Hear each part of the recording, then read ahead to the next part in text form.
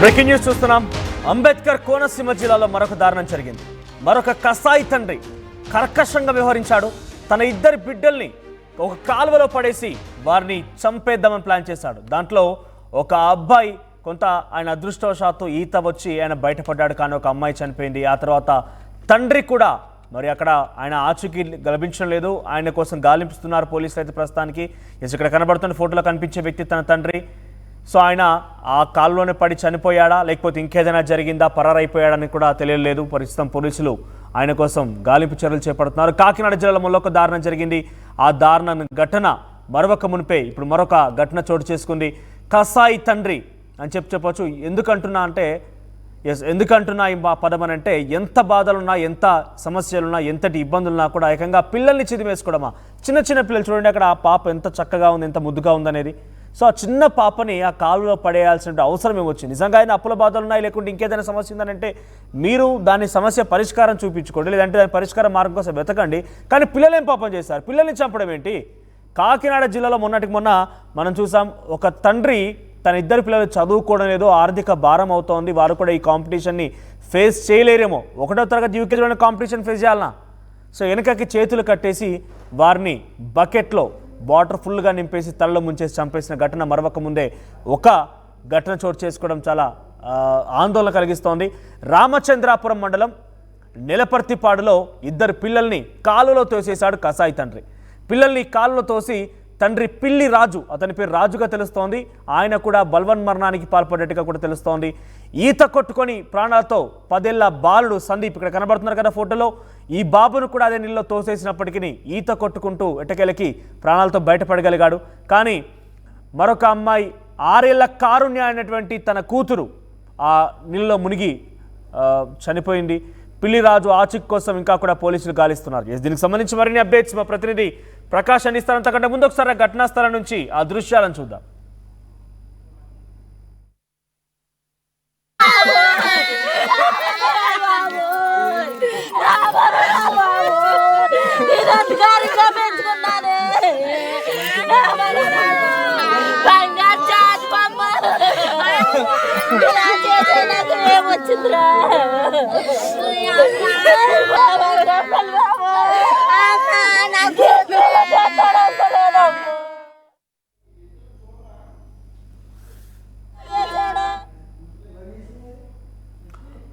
Right,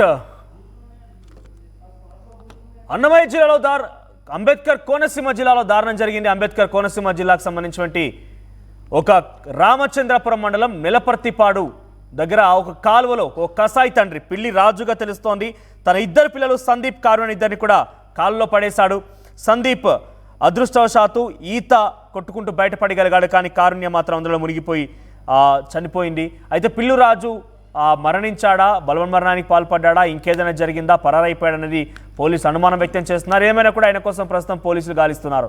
ఒకసారిగా చూడండి, ఆ తల్లిదండ్రులు, ఆ బంధువులు యొక్క ఆ కన్నీరు మున్నీరుగా విలపిస్తున్నటువంటి ఆ దృశ్యాలను చూడండి. ఏం కష్టం వచ్చింది మరీ ఇంతలానా? మొన్నటికి మొన్న కాకినాడలో కూడా ఇదే రకంగా ఒక ఘటన చోటు చేసుకుంది. బకెట్లో ఫుల్గా వాటర్ నింపేసి పిల్లల్ని అందులో ముంచేసి చంపేయడమా?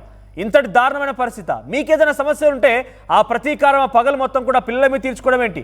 మీ సమస్యకు పరిష్కార మార్గం నిజంగా లేదని మీరు భావిస్తే మీరు బలవన్మరణానికి పాల్పడ్డారంటే అప్పుల భారతను, అనారోగ్య సమస్యతోనో ఓ పెద్ద ఆయన 40 ఏళ్ళు, 30 ఏళ్ళు, 25 ఏళ్ళు, 50 ఏళ్ళు ఆయన మరణించాడంటే ఒక కారణం ఉంటుంది, ఒక అర్థం ఉంటుంది. కానీ చిన్నపిల్లలండి, 6 ఏళ్ల పాప, కారుణ్య అనేటువంటి పాప చిన్న ముద్దుగా తండ్రి ఎత్తుకున్న ఫోటో చూడండి ఎంత ముద్దుగా ఉందనేది. ఎందుకు ఆ అమ్మాయిని చంపాల్సిన అవసరం ఏమొచ్చింది? పక్కనే బాబు చూడండి ఎంత దీనా పరిస్థితుల్లో, అక్కడ ఈత కొట్టుకుంటూ బయటకు వచ్చిన తర్వాత ఎంత దీనమైన పరిస్థితుల్లో ఆయన అలా భయంగా బిక్కుమంటూ ఎలా చూస్తున్నాడు చూడండి. సో దీనికి సంబంధించి మరిన్ని అప్డేట్స్ ప్రకాష్ అందిస్తారు. ప్రకాష్, కాకినాడ జిల్లాలోని ఒక ఘటన మరొక ముందే మరో ఘటన చోటు చేసుకుంది అంబేద్కర్ కోనసీమ జిల్లాలో. ఇంతకీ ఏం జరిగింది? ఈ రకంగా తమ ఇద్దరు పిల్లల్ని కాలువలో పడేయడం గల కారణం ఏంటి? ఇంతకీ ఆయన కూడా బలవన్మరణానికి పాల్పడి అందులోనే పడిపోయి చనిపోయాడా, లేకుంటే ఆయన పరారైపోయాడా? అప్డేట్స్ ఏంటి? ఎస్ మనోజ్, కాకినాడలో ఉన్నటువంటి ఒక కసాయి తండ్రి యొక్క ఘటన మరొక ముందే ప్రధానంగా మరొక ఘటన అయితే చోటు చేసుకుందని చెప్పాలి. అదే ఉమ్మడి తూర్పుగోదావరి జిల్లా వ్యాప్తంగా ఈ రెండు ఘటనలు కూడా జరగడంతో ఇవన్నీ కూడా సంచలనంగా మారాయి. ప్రధానంగా కాకినాడలో ఎవరైతే చంద్రకిషోర్ తన ఇద్దరు కొడుకుల్ని చంపి తాను కూడా ఆత్మహత్య చేసుకున్న ఘటన అందరూ కూడా తెలిసిందే. ఆ యొక్క నేపథ్యంలోనే ఇప్పటికే వీడి తండ్రేనా అంటూ రకరకాల ట్రోలింగ్ జరుగుతున్నాయి. రకరకాలుగా ఇప్పటికీ ఆ ఘటన అయితే మరవలేకపోతున్నారు. తాజాగా అంబేద్కర్ కోనసీమ జిల్లా రామచంద్రపురం నెలపతిపాడు దగ్గర ఉన్నటువంటి గణపతి నగర్ లాకుల వద్ద అయితే ఇద్దరు ఎవరైతే ఇద్దరు పిల్లి రాజు అనే వ్యక్తి తన ఇద్దరు కూతురు అలాగే కొడుకును కూడా తీసుకుని వచ్చారు. అలాగే కుమార్తెకి అయితే 6 సంవత్సరాలు, అలాగే బాలుడికి అయితే 10 సంవత్సరాలు. ఇద్దరిని కూడా స్కూటీపై అతను స్వస్థానం చూసుకుంటే రాయవరం మండలం వద్ద ఉన్నటువంటి వెంటూరు గ్రామం అక్కడ నుంచి అయితే స్వయంగా అక్కడ నుంచి స్కూటీపై ఇద్దరిని కూడా ఎక్కించుకుని వచ్చాడు. వచ్చి నెలపతిపాడు ఏదైతే ప్రధానంగా ఏదైతే దాక్షారాం మండలం వద్ద ఉన్నటువంటి ఏదైతే అక్కడ నెలపతిపాడు ఉన్నాడో గణపతి నగర్ లాకుల వద్దకు అయితే తీసుకుని వచ్చారు.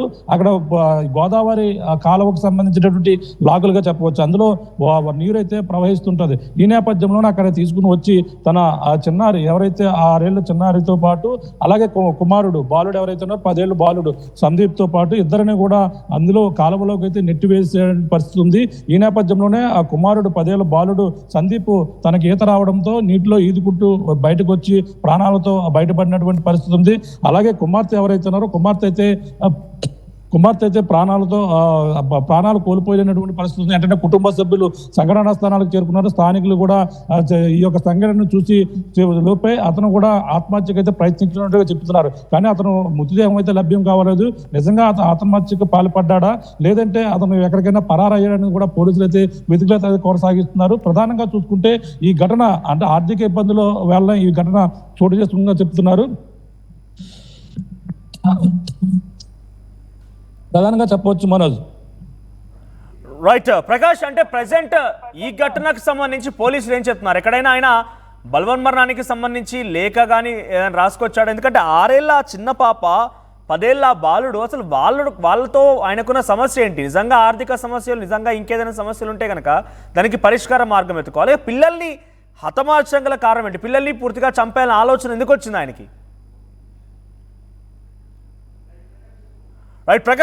చాలా దారుణమైన ఘటనగానే చెప్పాలి. ఎందుకంటే ఇలాగా ముక్కుపచ్చ జల్లారని పిల్లలు ఈ విధంగా పసికందులను చిలిమేస్తున్నటువంటి ఈ తండ్రులను చూస్తుంటే చాలా బాధాకరం వేస్తుంది. ఓ పక్కన ఇటువంటి వీళ్ళ తండ్రులు ఎందుకు ఈ విధంగా ఆలోచిస్తున్నారు అనేది కూడా రకరకాల కోణంలో ప్రతి ఒక్కరిలో కూడా తొలిచివేస్తున్నటువంటి పరిస్థితి. ఎందుకంటే కన్న తండ్రి ఎక్కడికో బైక్ మీద తీసుకుని వెళ్తున్నాడని సరదాగా అయితే స్కూటీ అయితే ఎక్కారు. వాళ్ళకి అభయం శుభం కూడా తెలియదు.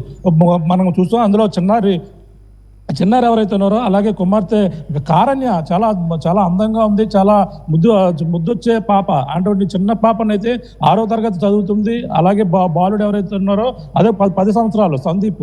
ఇద్దరు కూడా ఎంతో చక్కగా బైక్ మీద అయితే తీసుకుని వచ్చి ఎక్కడికో నాన్న తీసుకుని వెళ్తున్నాడు అనుకుంటూ వాళ్ళు అనుకున్నారు తప్ప సరిగ్గా ఏదైతే నెలపత్తిపాడు ఉన్నటువంటి గణపతి నగర్ లాకుల వద్దకు వచ్చేసరికి అందుమించి ఒక్కసారిగా వాళ్ళిద్దరిని కూడా నుంచుని పెట్టిన తర్వాత ఇద్దరు లోపలికి తోసేసినటువంటి ఘటన. అక్కడ స్థానికులు కూడా చూసే లోపులోనే వాళ్ళ తండ్రి ఎవరైతే పిల్లిరాజు ఉన్నాడో పిల్లిరాజు ఇద్దరిని తోసేసినటువంటి పరిస్థితి ఉంది. తాను కూడా నీటిలో దూకి ఆత్మహత్య పాల్పడ్డారని కూడా చెప్పుకొస్తున్నప్పటికీ తన మృతదేహం అక్కడ కూడా నిన్న నుంచి కూడా గాలింపు చర్యలు అయితే చేస్తున్నారు. ఎక్కడ కూడా లభ్యం కాని పరిస్థితి అయితే ప్రధానంగా ఉంది. కానీ ఇక్కడ ఎవరైతే కారణ్యకు సంబంధించిన మృతదేహం మాత్రమే కుటుంబ సభ్యులు వెలికి తీయగలిగారు. పోలీసులు కూడా సంఘటన స్థలానికి వెళ్ళారు. అక్కడ ఎవరైతే సందీప్ ఉన్నాడో ఈత కొట్టుకుంటూ వెళ్ళి తను ప్రాణాలతో రక్షించుకుని ఒడ్డుకు వెళ్ళి కుటుంబ సభ్యులు కూడా ఇంటికి వెళ్ళి పారిపోయినటువంటి పరిస్థితి ఉంది.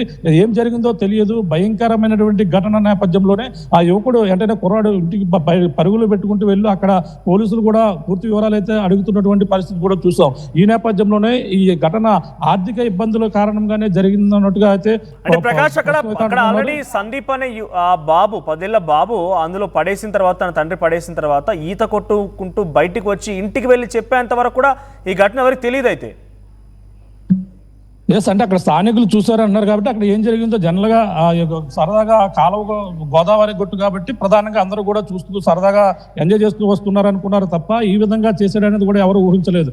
ఆ బాలుడు బయటకు వచ్చి ఈత కొట్టుకుంటూ బయటకు ఒడ్డుకు వచ్చిన తర్వాత అక్కడ స్థానికులు పూర్తి వివరాలు అయితే తెలిసాయని చెప్పాలి. ఎందుకంటే అక్కడ లేదంటే ఆ క్షణంలో ఎవరైనా చూసినా పాపను కూడా రక్షించే ప్రయత్నం అయితే చేస్తారు. కానీ ఇతను ఈత రావడంతోనే ఈ కుర్రాడు అయితే బయటకు వచ్చినటువంటి పరిస్థితి ఉంది. సందీప్ తన ప్రాణాలతో రక్షించుకున్న తర్వాత ఇలా జరిగిన విషయం అంతా కూడా కుటుంబ సభ్యులకు వెళ్ళి చెప్పారు. అలాగే పిల్లిరాజు ప్రస్తుతం ఎందుకు ఈ విధంగా చేశాడన్న కోణంలో కూడా దర్యాప్తు చేస్తున్నారు. అలాగే ఆర్థిక ఇబ్బందులు ఏదైతే తన స్వగ్రామం ఏదైతే ఉందో రాయవరం మండలంలో ఉన్నటువంటి వేటూరు గ్రామం, కానీ ఒక భార్య కూడా ఉంది. భార్య కూడా పూర్తి వివరాలు అయితే తెలియాల్సిన అవసరం ఉంది. అంటే ఇద్దరి మధ్య ఏదన్నా ఇంట్లో తగాదా గొడవ ఏదైనా జరిగిందా, మనస్పర్ధల కారణంగానే కోప ఉద్రేకానికి గురై ఈ విధంగా చేశాడనేది కూడా పూర్తి వివరాలు అయితే తెలియాల్సిన పరిస్థితి ఉంది.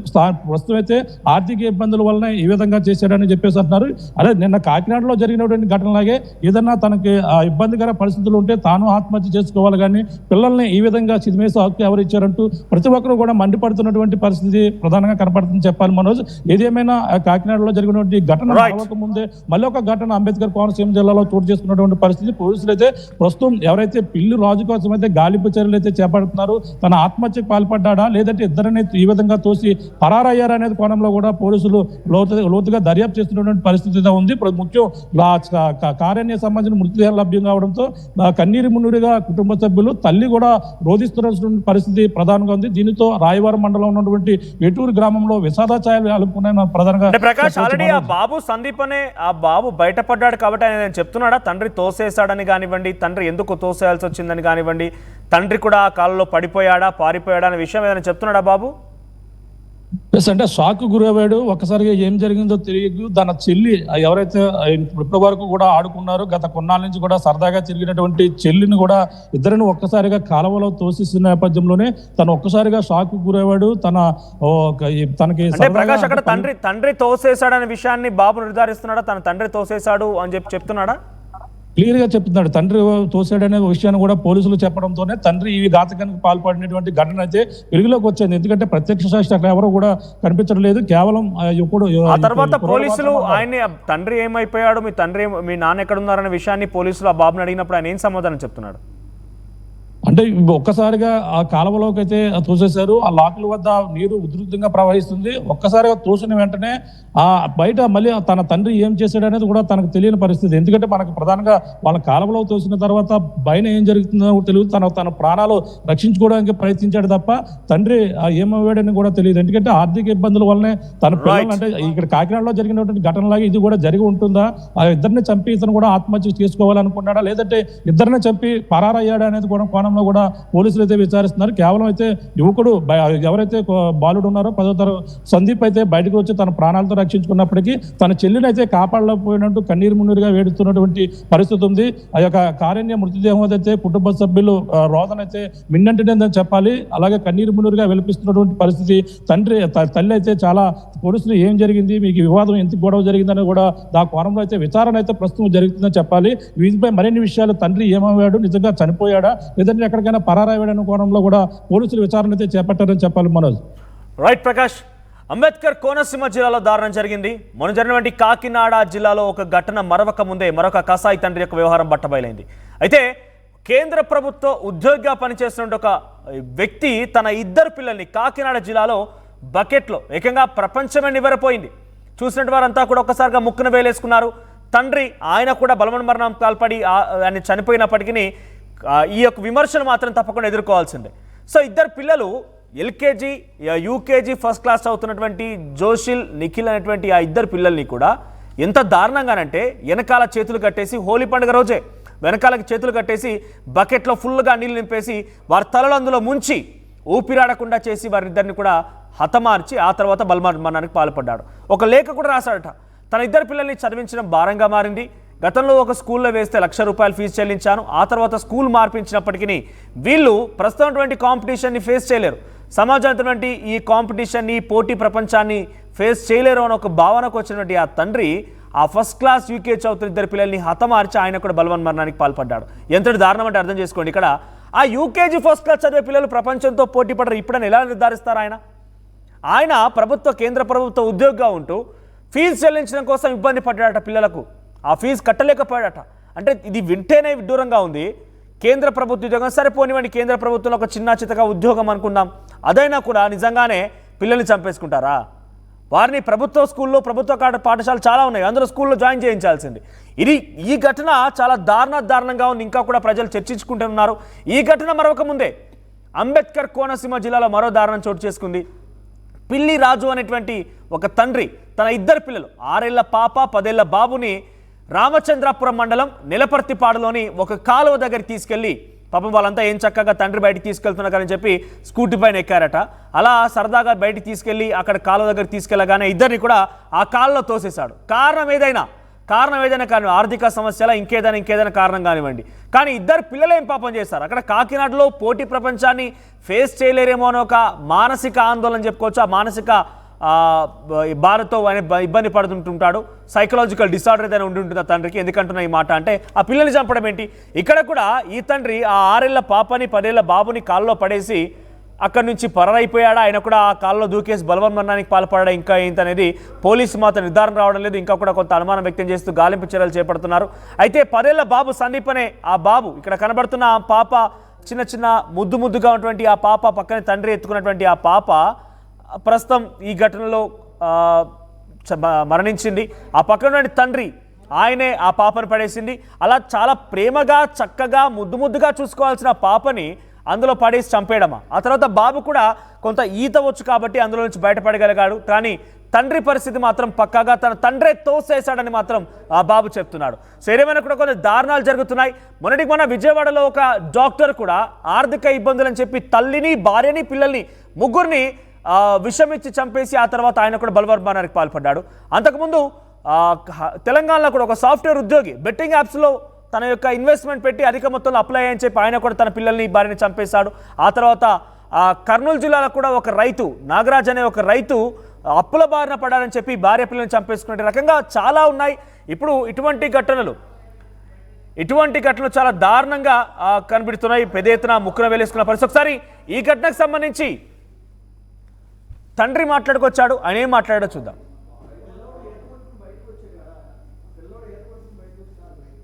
రైట్, ఈ ఘటనకు సంబంధించి ఒకసారి ఆ ఈత కొట్టుకుంటూ సందీప్ అనే బాలుడు బయటపడ్డాడు. ఆ తండ్రికి సంబంధించి ఆయన ఏం చెప్తున్నాడో చూద్దాం ఒకసారి. అలా వచ్చి బయటికి కర్రలు వచ్చావా? చెల్లి అందులో కొట్టుకుందా? నేను పాట చేంజ్ చేయడం నాన్న వెళ్ళిపోయా, బండి వేసి వెళ్ళిపోయా. నువ్వు మరి స్టేషన్ దగ్గరికి ఎలా వెళ్ళవు? ద్రాక్షారం వంతుని కాడ ఆపి అందరినీ డబ్బులు ఆగలేదు. 2 అంకులు ఆగి పోలీస్ స్టేషన్ దగ్గర తీసుకెళ్ళారు. అప్పుడు పోలీసులు వచ్చారు ఇక్కడికి. ఏం పేరు నీ పేరు? రామచంద్ర.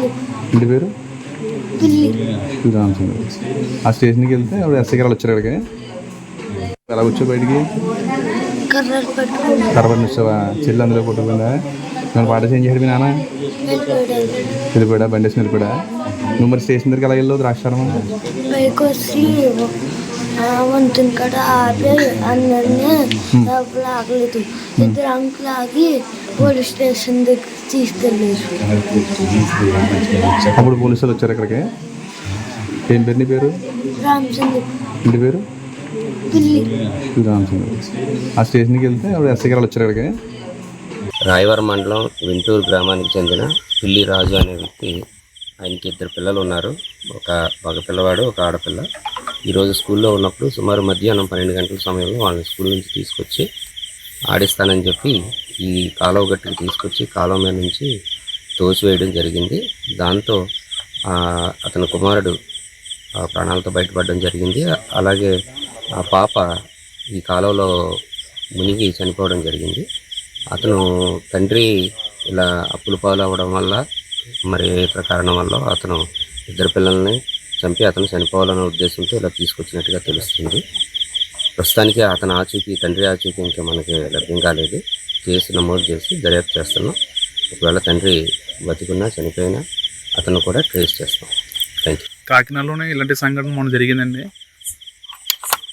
ఇప్పుడేమో ఇలా జరిగింది. అసలు మీ అడ్వైజ్ ఏంటంటే అసలు తల్లిదండ్రులకి ఏమి అడ్వైజ్ చేయండి చెప్పండి. దయచేసి అందరినీ రిక్వెస్ట్ చేస్తున్నాం, ఇది చాలా దురదృష్టకర సంఘటన. ఎందుకంటే ఈ రోజుల్లో చాలామంది పిల్లలు లేక ఎంతో బాధపడుతున్నారు. అనేక మంది పిల్లల కోసం లక్షలు ఖర్చు పెట్టి రకరకాల ప్రయత్నాలు చేస్తున్నారు. అలాంటి తరుణంలో అప్పుల బాధతో కానీ మరే ఇతర కారణాల వల్ల పిల్లల మీద ఎలాంటి కక్ష సాధింపు చర్యలు చేయడం అనేది చాలా మూర్ఖత్వం. అది అందరినీ కూడా రిక్వెస్ట్ చేస్తున్నాను, మీ ఎవరికైనా పర్సనల్ ఇష్యూస్ ఉంటే అది ఏ రకంగా సాల్వ్ చేసుకోవాలో కానీ ఆత్మహత్య చేసుకోవడం అనేది పిచ్చితనం. వారి ఆత్మహత్య చేసుకోవడమే కాదు, వారి కుటుంబ సభ్యుల్ని కానీ పిల్లల్ని కానీ ఆత్మహత్యకు ప్రేరేపించడం కూడా మూర్ఖత్వం అవుతుంది. దయచేసి ఎవరైనా సరే మీ దృష్టిలో ఇలాంటి వారు తారసపడినప్పుడు, ఇలాంటి పరిస్థితి ఎదురవుతున్నప్పుడు సైకియాట్రిస్ట్ ద్వారా కానీ లోకల్లో ఉన్న పోలీసు వారికి కానీ సమాచారం తెలియజేసి వాళ్ళు కౌన్సిలింగ్ పొంది ఇలాంటి పరిస్థితుల నుంచి బయటకు రావాలని కోరుకుంటున్నాను.